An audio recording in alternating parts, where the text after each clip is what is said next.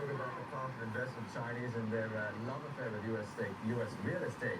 Hassan Naji is on deck with us this morning, Chief Strategy Officer at real estate brokerage firm Marcus and Millichap, and many of his private clients are Chinese investors looking for opportunities in the US. He joins us live from San Francisco. Hassan, great to have you on the program today. So what is alluring Chinese buyers exactly to the US market, and where exactly are they investing in terms of different types of real estate?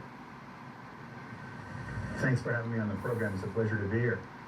First of all, you have to look at the commercial real estate market cycle, and the environment that we're in can be described as Goldilocks, because we're creating 2.5 to 3 million U.S. jobs per year. That's creating demand for every type of commercial real estate, whether it's office properties, apartment rentals, shopping centers.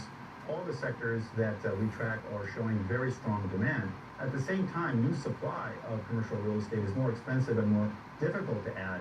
So we're not seeing an overbuilding of any of the sectors that we track. And on top of that, of course, our interest rates are very low.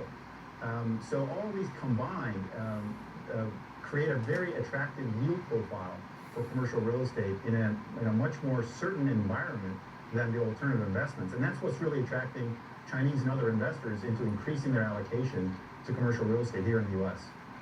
Sam, what's the strategy of some of your Chinese investor clients? I mean, are they looking for landmark trophy pieces, or are they looking for value? Because when you look at the price that was paid for the Waldorf Astoria, I mean, that doesn't really seem like a value play. But what exactly are your clients looking for?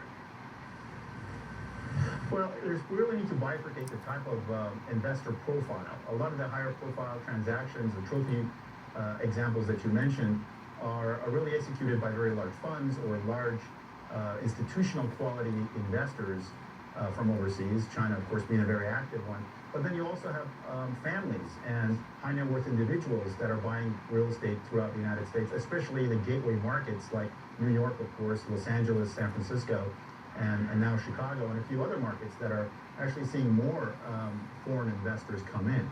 So depending on the type of profile you're talking about, the common denominator is a long-term outlook. These investors really want the real estate. They're not too worried about immediate returns, short-term returns. They have a very long-term horizon, and they're positioning themselves to have an asset allocation that includes these very high-quality properties, or in more recent cases, some development joint ventures and some more entrepreneurial types of investments that allow them to add value. But those are typically your private high net worth individuals, not the institutions. Okay, Hassan, talk to us about the parallels with the experience that we saw from the Japanese in their heyday when they were snapping up real estate in the US in the 80s and the 90s. Are there any differences between the two? Well, you really have to look back at the fact that in 1991, Japan's GDP as a share of the global GDP topped out at about 10%. And since then, it's gone to 5%. Because of a massive contraction in what's happened in Japan. And in fact, today we heard that they're in recession again. Conversely, within China in 2007, accounting for 10% of the world GDP, and this year estimated to be more like 16%.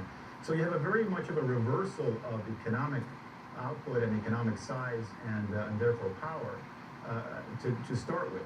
In addition to that, there was a lot of tax incentives and really very easy lending practices in the 80s in Japan, and the yen was very strong. That kind of drove a lot of what happened in the 80s. The environment now, even on a real global basis, besides just the U.S., is much more conservative in terms of being able to pencil out and have some grounded reasons why investments should be made. The numbers are far more important in this environment than they were in the 80s.